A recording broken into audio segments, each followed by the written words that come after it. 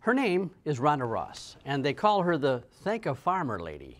Why, you may ask? Well, she travels all around the United States offering a magic show for elementary school kids aimed at making them aware that everything in their lives begins on the farm. Although she comes from generations of farmers, she is the first in her family not to grow up on a farm. She grew up in Chicago, but you wouldn't know it by the passionate message she spreads. Education that I saw was a lot about teaching about farming, but not about the importance of the farmer.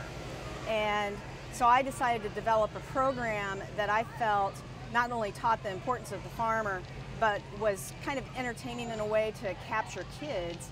I'm not a big fan of magic myself, but I know that kids love magic, and it's a way of attracting them to come and learn about the importance of the farmer. Audience participation, it's a big part of the show. Be out there wearing clothes today. I hope everybody. I don't want to see anybody running naked.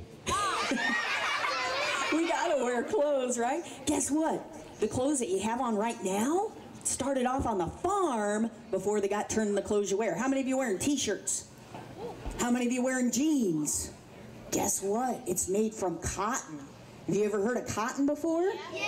Yeah, very, very important. Even down to your shoes are made stuff from the farm. Kids, they were hanging on every single word. Kids are so open to learning things, and that's one reason why I started doing it specifically for our elementary age children, is because that's when you can capture the most educational experience with that child, to be able to open their mind to the importance of our farmers. Now here is a fun farm fact. Remember, I told you you're going to learn stuff that you can teach mom and dad? Here's something right now. The rubber in your shoes and the rubber in mom and dad's car tires both contain items made from cows and sheep. So we need our cattle and our sheep for rubber in your shoes, rubber in car tires. How many of you live in a house?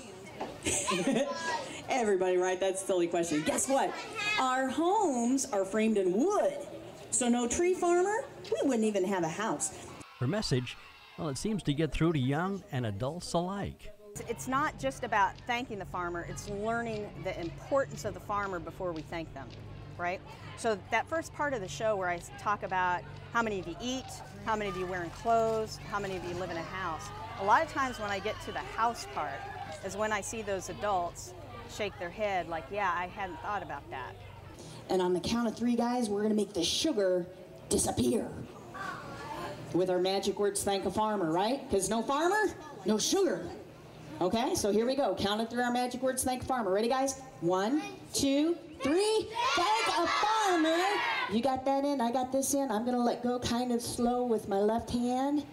And look, sugar has disappeared. Give her a big round of applause. Good job, DeAndre. Thank you very much for helping me out, and I'll take your trash.